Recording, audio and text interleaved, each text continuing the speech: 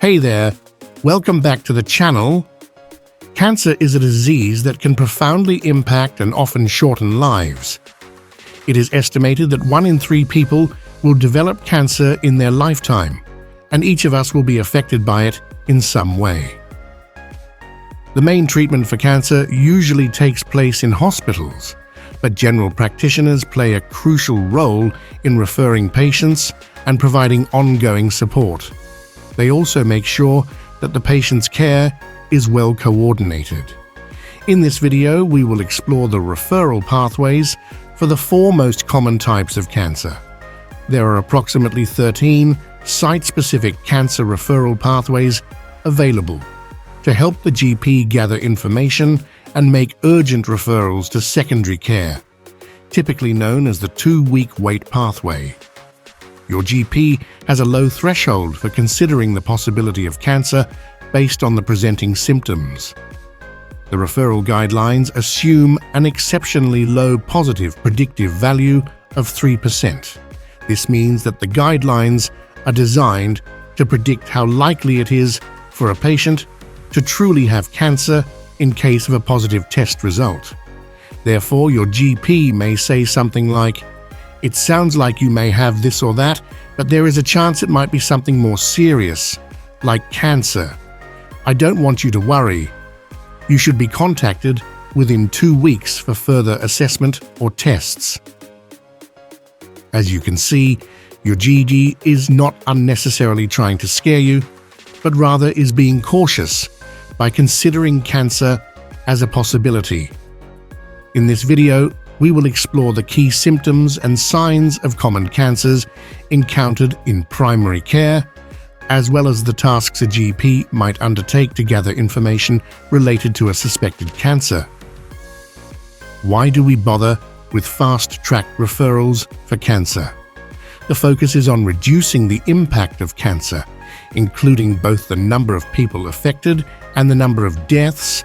It's important to reduce mortality rates for specific types of cancer and improve overall survival rates. While early detection is important, it's not the only factor in cancer survival. Advances in cancer treatment can help reduce deaths from specific types of cancer, but there are still questions about whether surviving a specific cancer with current treatments leads to increased overall survival. This is something to think about. In the UK, the 4 most common types of cancer are breast cancer, lung cancer, prostate cancer, and bowel cancer. I will describe the early symptoms that patients present to the GP and the actions taken for each one. Lung cancer is significantly associated with a history of smoking. Common symptoms to watch for include a persistent cough lasting over 3 weeks, wheezing, shortness of breath, coughing up blood, chest pain, and upper back pain, which could indicate the cancer has spread.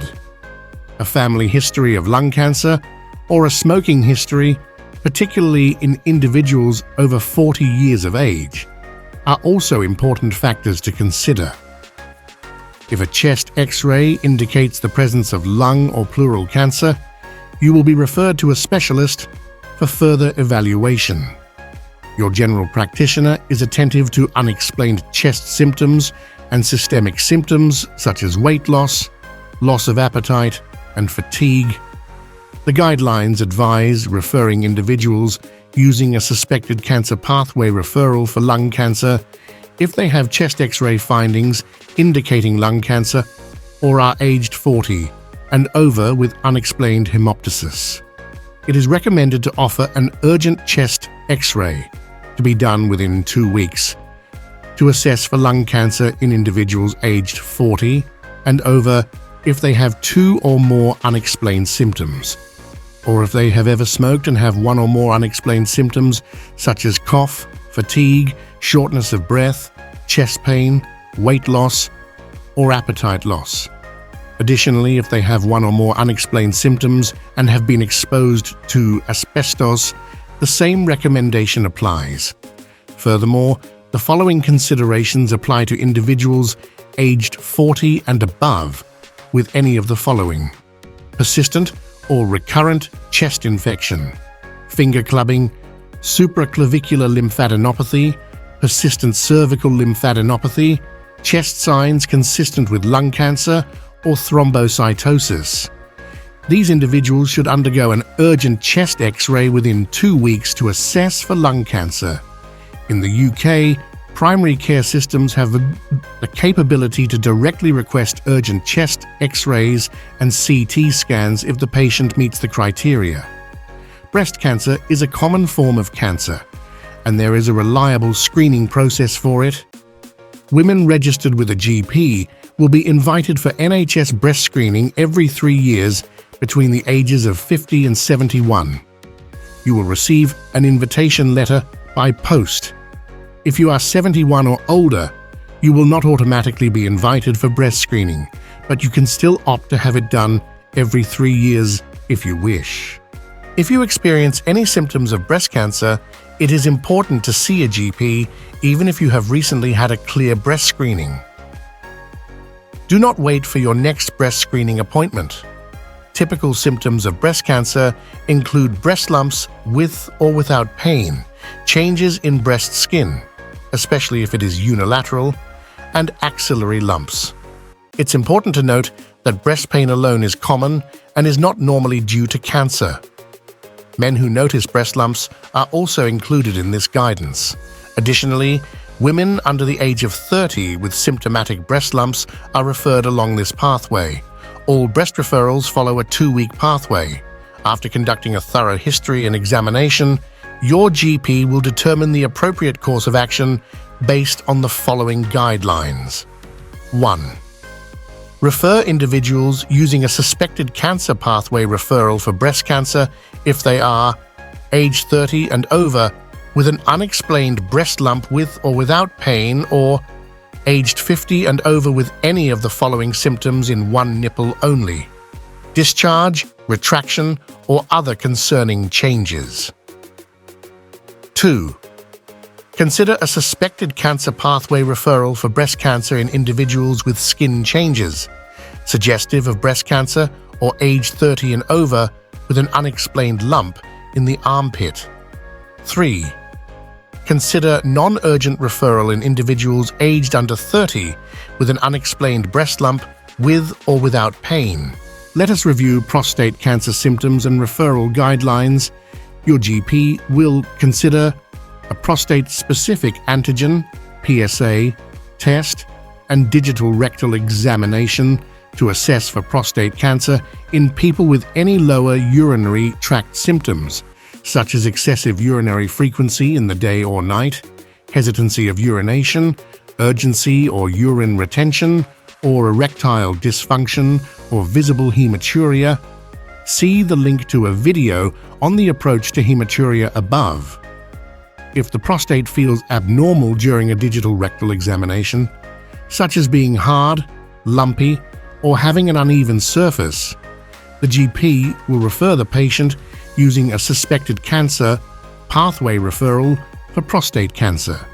Additionally, if the PSA levels exceed the threshold for each age group, the GP would also consider referring people with possible symptoms of prostate cancer using a suspected cancer pathway referral for prostate cancer. See the chart for details of threshold PSA levels by age. There are other reasons why PSA levels may be elevated. Your GP would usually take precautions to exclude these scenarios, such as sampling 4 weeks after a recent urinary tract infection, or after 2 days of sexual activity or vigorous exercise like cycling. Patients aged 50 or older, those with a close relative, for example, brother or father, who has had prostate cancer, or individuals of Black ethnic origin, are at higher risk of developing prostate cancer. The latter carries double the risk. Let's go over the pathway for colorectal cancer. This type of cancer can affect both young people in their 30s to 40s and older adults. Common symptoms include a change in bowel habits, such as constipation or diarrhea, frequent trips to the toilet over several weeks to months, recurring stomach gurgling with or without food, rectal bleeding, unexplained weight loss, and a family history of cancers related to Lynch syndrome, such as uterine, stomach, liver, and kidney cancers.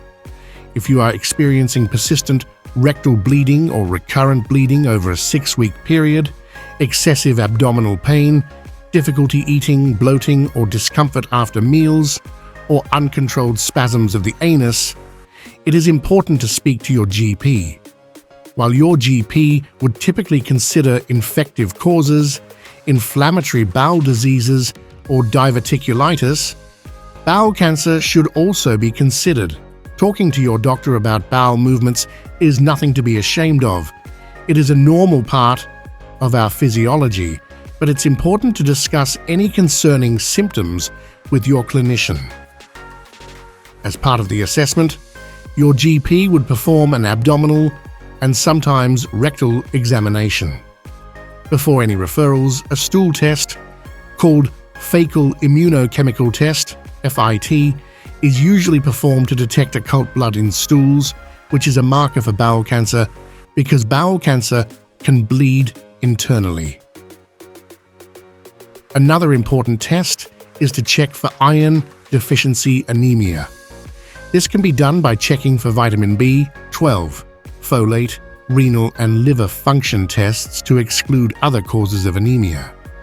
It's important to note that anemia is known to reduce FIT test accuracy, so patients with iron deficiency anemia still need to be investigated as usual. If the patient experiences predominantly loose stools, your GP will investigate for stool infections or other biochemical causes, such as thyroid issues and electrolyte imbalances, particularly calcium. The NICE guidelines recommend a specific age cutoff to identify symptoms that may indicate the possibility of bowel cancer. It's important to note that these recommendations are based on a very low positive predictive value and do not guarantee the presence of cancer.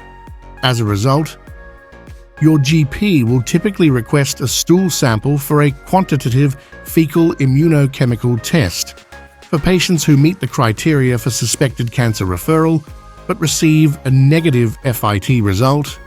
The likelihood of colorectal cancer is extremely low. You may need to wait for the results of the stool test. The delays caused by FIT testing, which takes a few days at most, should not cause concern for cancer treatment. If the fecal immunochemical test FIT results are negative but your symptoms persist or worsen, it's important to reevaluate the situation and consider making a referral if necessary. Thank you for watching.